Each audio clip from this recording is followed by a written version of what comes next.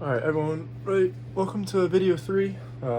Making these back-to-back videos just because they're very similar. So if you haven't watched the second video I've posted about vector scalars, resultant forces, Cartesian vector form, go ahead and watch that before this. It's a quick video, about 8 minutes long. Okay, so getting right into it. Resultant force in the x is equal to, good god, okay, sorry, not using this pen. I need to go back to my Sharpie.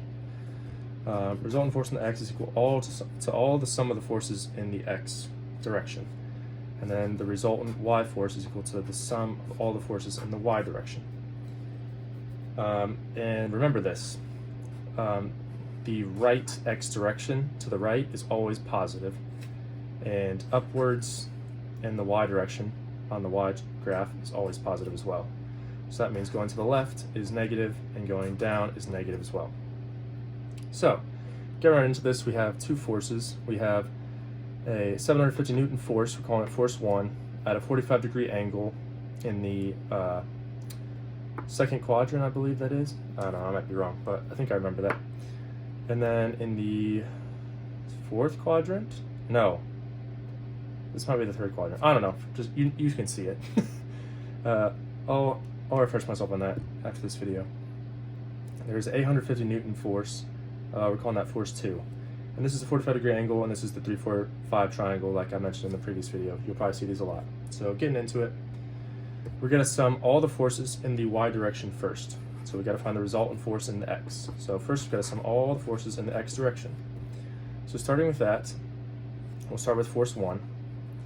So let's sum the forces in the x direction, and those all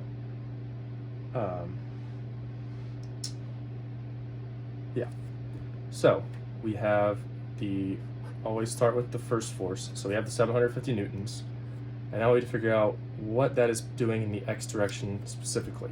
So we know that since it is the x direction and is at a 45-degree angle, it is 750 times the sine of 45 degrees, right? And then with this force, the 850 Newton force, it is also in the positive x direction. So we're going to add, because it is going to the right. If you split this up into two parts, like this, in the x direction and y direction, you can see that it is going positive in the x direction, or going right in the x direction, so it's positive. So we're going to add the 850 Newton force, and since the 4 is parallel with the x, this 4 on the triangle, it is going to be multiplied by 4/5. So, let me get my calculator.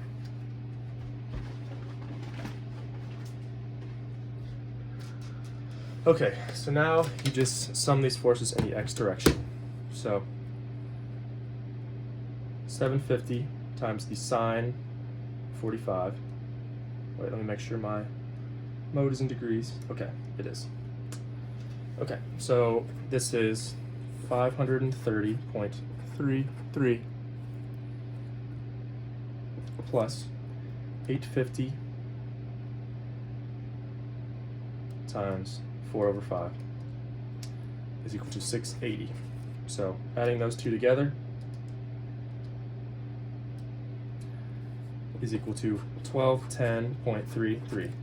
So that is your sum of the forces in the x direction. Now, the resultant force in the y, so this is equal to the resultant force in the x direction. So now the resultant force in the y direction is equal to the sum of the forces in the y direction. So let's go back to our force 1, because we already did the x, no need the y. So you do the 750 newtons times the cosine of 45 degrees due to the angle, and since x was sine 45, we know that y is cosine 45. And then, it's positive, because this force is going up and to the right, so we know that since it's going up, it's positive in the y direction. But now, looking at this one, this force is going to the right, but downward on the x and y chart. So the y is negative on this force specifically. So we're going to subtract the 850 newtons. And then the 3 over 5, so the 3 in the y direction, because it's parallel with the y component, so we're going to multiply by 3/5 in this case. So putting that into my calculator, cosine 45, we're going to get, oh, I should have known. Yeah, the same as the x, 530.33. And then 850 times 3/5. So then you're going to do the 530.33 minus the 510. So it's going to be a small number. And that is going to equal 20.33. I guess that's newtons. This is also newtons. And that is a resultant force in the y direction. So then, next, your teacher might ask you for the magnitude of the resultant forces. And this is just to see kind of when these two forces are pulled in each direction, where is it actually affecting the structure as a whole. So obviously they're being pulled at different forces, different angles, so where is it going to affect the structure itself? Like how will it deform it or bend it or whatever? So to do this, this is how you write magnitude, this little arrow over the R. And remember, this is the absolute value of the square root of the resultant force in the x squared plus resultant force in the y squared. So in this case, take your resultant force in the x, square root of 1210.33 squared plus the 20.33 squared for the resultant of the y. And this will get you now 1210.33 squared and then 20.33 squared. And then add those together first, is what I like to do it. And then take those added together, square root the entire thing. So the magnitude of the resultant is 1210.50. Very similar to the resultant in the x, because the resultant in the x happens in this case to be pulling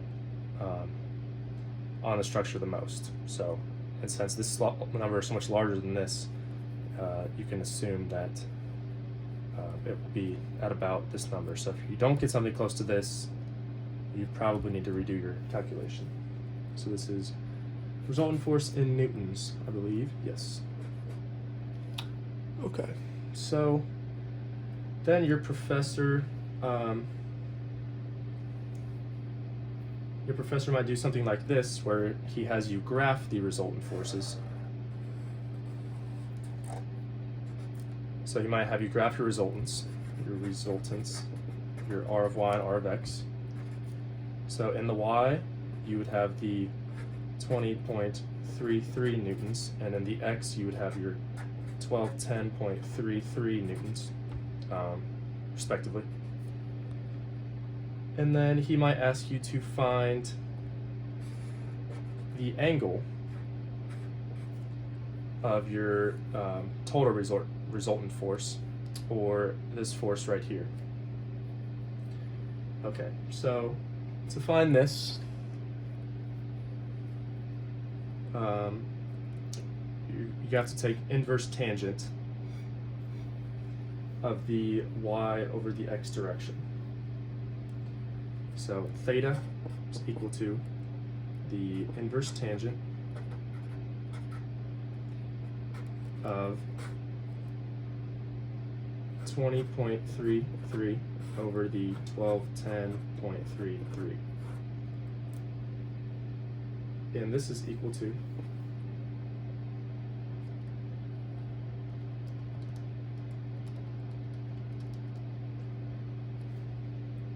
0.96 degrees. So obviously this was not a great example because the degree is so small, but you know that this is right because the x resultant force is so much larger than the y, so the degree is obviously going to be very small. and since it is in the top right quadrant, you know it's going to be positive, a positive degree. For example, if it was, if you knew the resultant was down here, because you had a, let's say you had a negative x and a negative y resultant force, you would know that you would have to do this same process but add 180 to it, because the angle is 180 degrees past that calculation. So yeah, I hope you guys enjoyed this example. Let me know if you have any questions or if you want me to do another example. Yeah, take care. Remember, engineering's hard. You can get through it. I did. Yep, yada yada. Yeah, enjoy the rest of your day.